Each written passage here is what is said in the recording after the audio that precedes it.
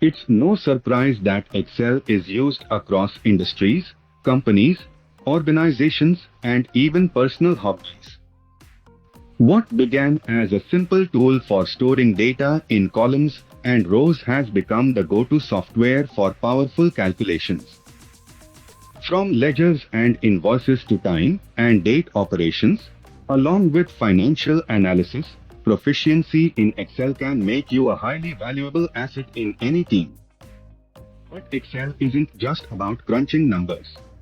It's fantastic for basic data entry and storage too, including contact lists, inventory management, and product catalogs.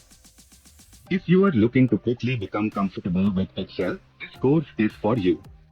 Join me as I guide you through the essential basic Excel foundations to build your confidence and get you working productively.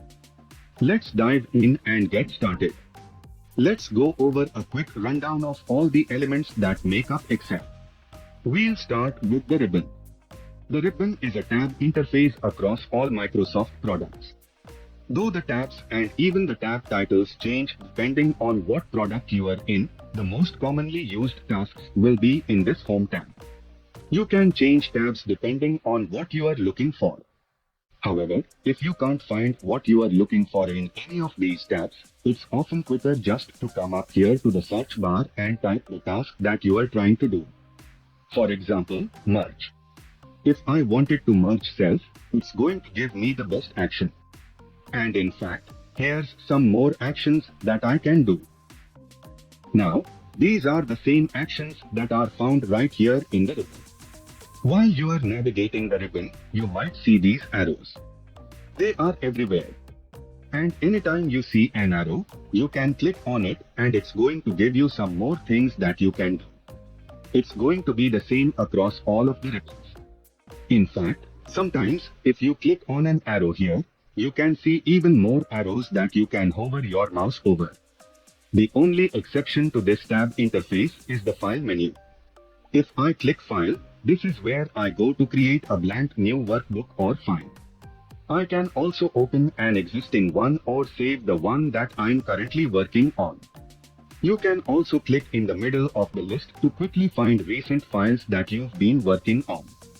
To get back to Excel, click the arrow pointing all the way to the left at the top of the screen. Let's move to the bottom of the screen. Right now, I can see the currently selected worksheet and there may be multiple worksheets in this file. We'll be going over that. All the way on the bottom right hand side of the screen, I can use the plus sign and minus sign to zoom out, that is make the font smaller, or zoom in, that is make it much larger. I'll be zooming in a lot so that you can see what's going on in the middle of the screen. And speaking of the middle of the screen, let's focus on that right now. I can scroll all the way down and keep scrolling through all of these rows. At the very top, the column headers are all alphabetical and the row numbers are all numerical. I can click inside any of these cells, regardless of whether it has data in it or not. Now, we will be going over data types, and we'll be talking about why sometimes the text aligns to the left and sometimes it aligns to the right. I'll also show you how to change the alignment yourself. You can format all of this text, and we'll be going over how to do that. You can click on the column header to highlight the entire column, and you can click on a number to highlight an entire row. You can also hover your mouse right in between the line and make something wide or narrow.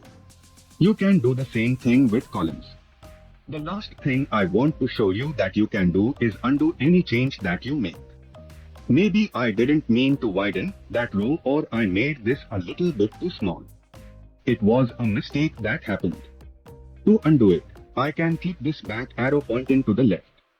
This is the undo feature, and you will be using it a lot in Excel. It just happens. If you click on it, it's going to undo the last action that you did. In fact, you can keep clicking on it to keep undoing your actions.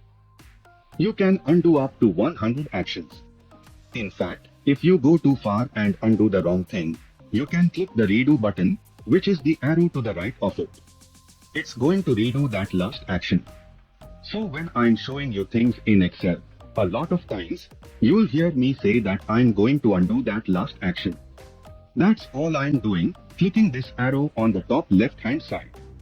So that's the basic navigation of Excel. Most of the time, you can stick to the home ribbon tab to use your day-to-day function. So if you are ready to take your skills to the next level and unlock the full potential of your data, subscribe to my channel today. I can't wait to see you on the next video.